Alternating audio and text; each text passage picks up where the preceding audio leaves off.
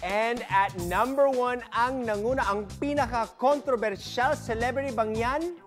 Woohoo! Claudine Barreto, Raymar Santiago, and Ramon Tulfo. Round 1.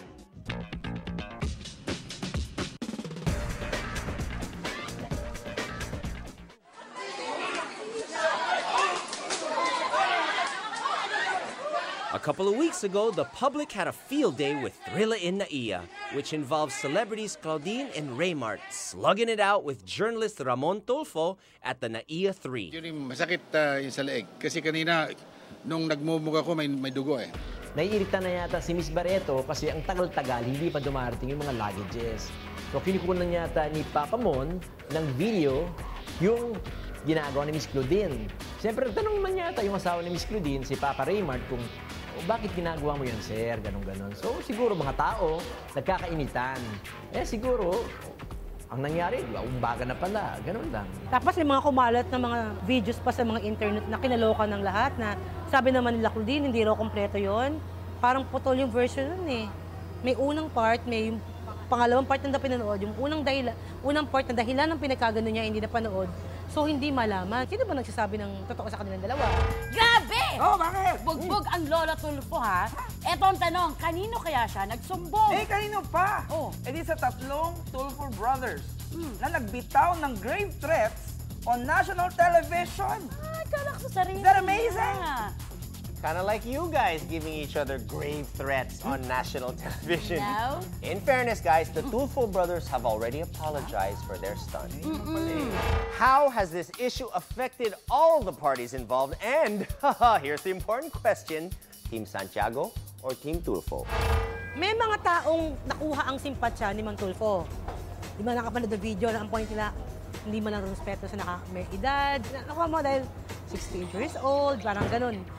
Parang mayabang si Raymar, si Claudine para away, may mga ganun eh, di ba? Si Montulfo naman parang sinasabi na siya ang nagpasimula, parang, syempre ang sakit sa ego ni Sir Montulfo yun eh, sa Tulfo, kasi parang, ang image ni Sir Montulfo, di ba, napaka-strong, napakatapang, walang inuurungan. Pero sa video yung lumabas, parang dihado sa suntukan. Di ba? Yun ang epekto nun, friend. Pero, sa akin, pare-parehong naka-apekto sa career, sa image nila. Lahat pangit, lahat hindi maganda yung epekto. Ang naging sentro kasi nito, yung kay Claudine eh. Pagkakabugbog ni Raymart kay Tulfo, okay lang yun eh.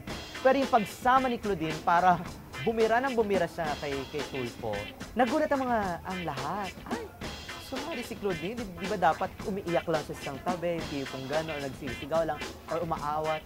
Pero hindi, lubas talaga yung pagiging barako ni Claudine. Pagiging lalaki, di ba? Ang dumi-dumi ng issue, di ba? Napakarumi. How will the issue be resolved? Hindi natin alam kasi ang nakikita kong punto dyan, either or na maghaharap na lang si Raymart at saka si Tulfo na magsasapakan na lang sila. Parang quits na lang tayo. Pwede rin namang merong isang may influensyang tao na magmimitigate para sa kanila. Pero at this point kasi matigas si Tulfo eh. Alam naman natin yung paninindigan ng mga yon, di ba? Talagang pagkaliwa-kaliwa, pagkanan-kanan, pagdiretso-diretso. Ako syempre naman, we still hope na magkaayos sa lahat ng kasong yun. Lahat naman tayo, ang hiling natin ay maayos.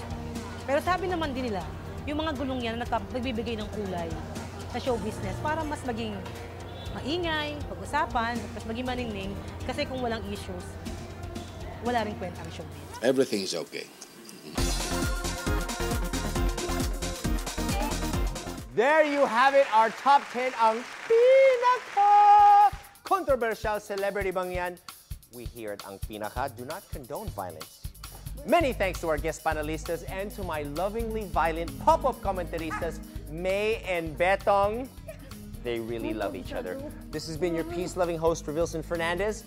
For comments and suggested topics, email us at angpinaka@gmanetwork.com or visit our Facebook fan page, add us up, and like. We also have a Twitter account. Follow us. We make sense on the internet. We really do. Next week, get your pens and notepads handy as we continue listing down the top 10 of anything and everything under the sun. Dito pa rin sa paboritong lista ng bayan, Ang Pinaka!